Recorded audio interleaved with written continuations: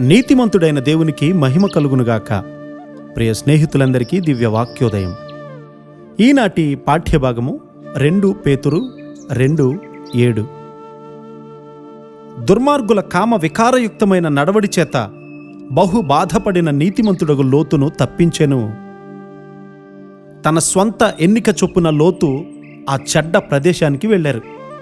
అతని కొరకు దేవుడెప్పుడు కూడా ఆ విధంగా ఎన్నుకోలేదు. ఆ ప్రదేశంలో ఉన్నవారి చెడు పనులు, చెడు సంభాషణల నిమిత్తము లోతుగారు బహు బాధపడ్డాడు. అనేకులు మన సంఘాలలోని చెడుగును చూసి బాధపడతారు గాని దానికి పరిష్కారం లేదు. ఆత్మలో జన్మించిన వారు కాలాన్ని వ్యర్థపరచకూడదు. కానీ దేవుని వాక్యానికి పూర్తిగా విధేయులై లోతైనటువంటి జ్ఞానముతో త్వరితగతిన ఎదగాలి. ఆత్మలో జన్మించడం అంటే దేవుని జ్ఞానాన్ని గ్రహించడం. అది దేవుని దగ్గర నుండే లభిస్తుంది, కానీ ఎరువు తెచ్చుకున్నటువంటి జ్ఞానము కాదు. ప్రతి ఒక్కరి కొరకు దేవునికి ఒక ప్రత్యేకమైన చిత్తం ఉంటుంది.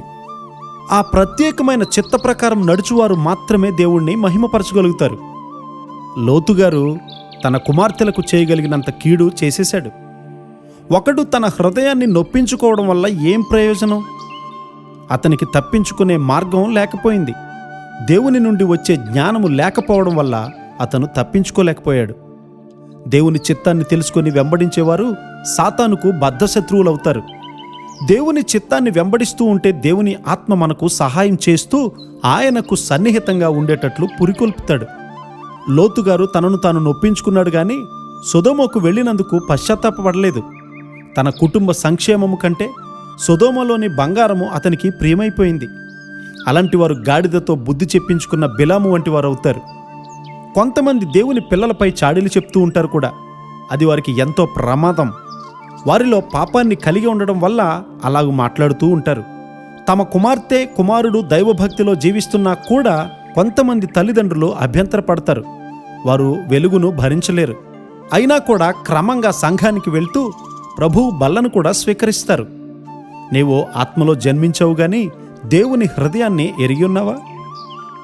దేవుని వాక్యాన్ని చదివే కొలది నీ హృదయంలో చెడు ఆలోచనలు కడగబడతాయి. ఖాళీ సమయమంతా కూడా దేవుని వాక్య పఠనంలో కొనసాగాలి. నీవు దేవుని వాక్యానుసారంగా ప్రార్థిస్తూ ఉన్నప్పుడు ఆ వాక్యము అంతరంగంలోనికి